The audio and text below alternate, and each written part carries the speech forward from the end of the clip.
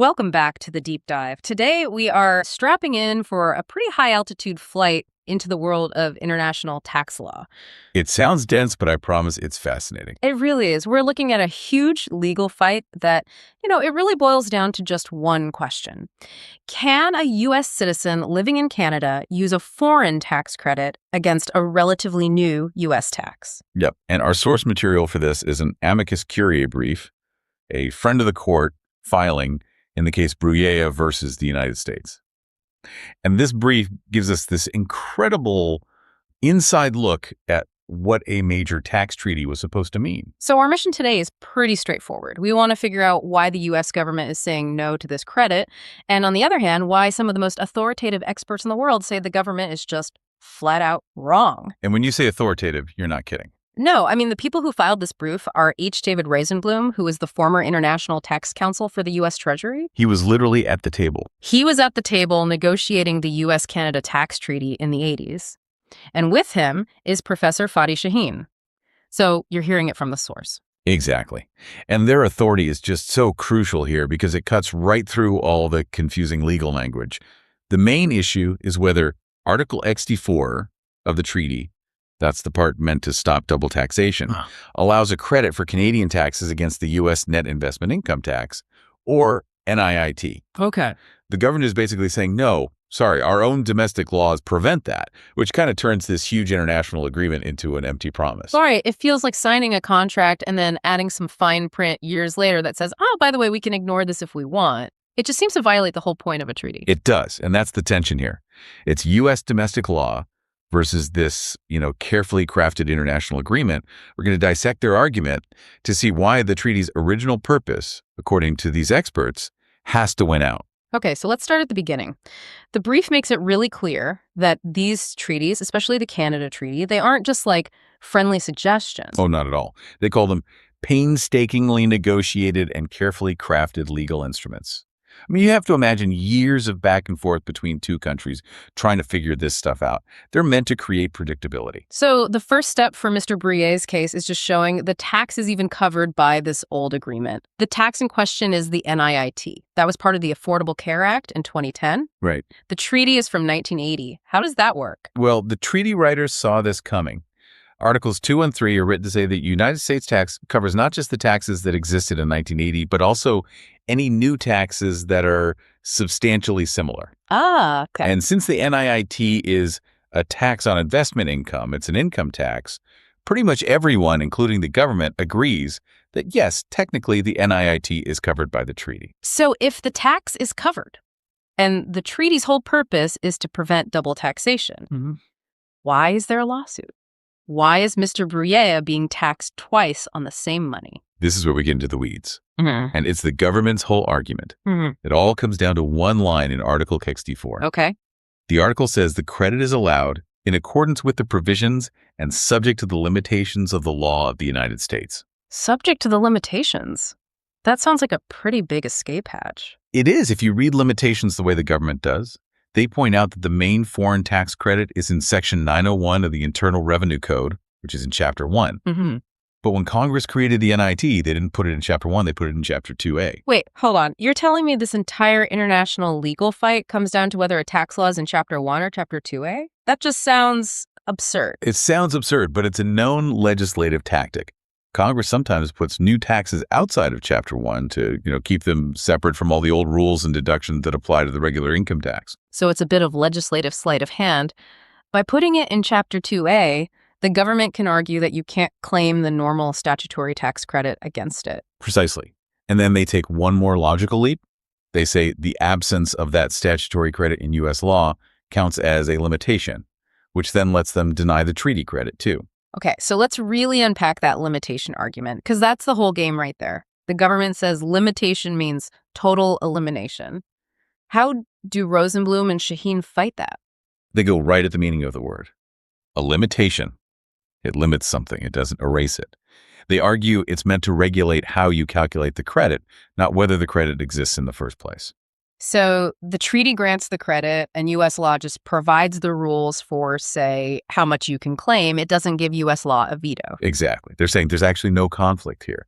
The treaty creates the right. U.S. law just manages the math. Okay, but the text does say subject to limitations. Yeah. So what's the big vulnerability in the government's argument? Where is the textual proof that they're wrong?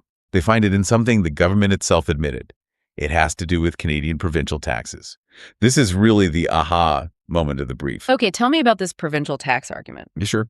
So Article 64, Paragraph 7 of the treaty specifically says that the income tax paid to Canada also includes some provincial taxes. The key thing here is that many of these provincial taxes are actually not creditable under the U.S. tax code on their own. So you can't get a statutory credit for them. Right. But, and this is the kicker, the government conceded in court that the treaty does allow a credit for these provincial taxes, even without a basis in the U.S. code. Whoa, okay, let me get this straight. So if a Canadian provincial tax, which has no U.S. statutory credit, still gets a treaty credit, then the lack of a statutory credit can't be the limitation that kills the credit. You got it. The logic has to be consistent. If the absence of a U.S. law credit doesn't eliminate the credit for provincial taxes, then it can't eliminate the credit for the NIIT either. You can't have the word limitation mean two different things in the same article. That makes the government's position look totally inconsistent.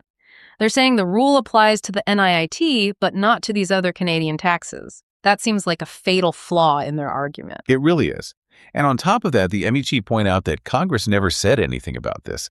There's no evidence that putting the NIIT in Chapter 2A was meant to override tax treaties. They just passed a domestic law. The treaty is the supreme law of the land. It should control the outcome here. All right, let's shift gears a bit. If we zoom out from the specific text, the chapters and paragraphs, what about the bigger picture, the whole purpose of these treaties? Right. The brief pivots to this idea. Article 64 allows U.S. law to change over time, but it says it has to be done without changing the general principle hereof. And what is that general principle? Well, it's pretty clear. The allowance of a credit. The U.S. Treasury's own technical explanations say so. The entire reason these treaties exist is to get rid of double taxation. So if the government's interpretation wins, it actively creates double taxation. And the brief says an interpretation that does that is, and I'm quoting here, hardly consistent with that purpose. It just blows up the whole bargain between the U.S. and Canada. Which leads us to the argument that feels the most powerful, I think, because Rosenbloom, the guy who negotiated the treaty, is making it. It's about reciprocity. This is the diplomatic gut punch, really. Treaties are built on a foundation of give and take. And the brief lays out two scenarios with the NIT that show how unbalanced the government's position is. Okay, let's walk through scenario one. Scenario one, the U.S. has the first right to tax. Let's say a U.S. citizen living in Canada sells some U.S. real estate. They have to pay the U.S. NIT. Under the treaty, Canada is required to give that person a credit for the NIT they paid against their Canadian taxes. Okay, so Canada honors the deal. They prevent the double tax. Exactly. Now, scenario two. Yeah. The reverse. This is Mr. Bruyea's situation. Yeah. Canada has a first right to tax. He's a U.S. citizen in Canada, and he sells Canadian property. He pays Canadian tax. But when he files his U.S. return, the U.S. government's position is no credit against the NIT.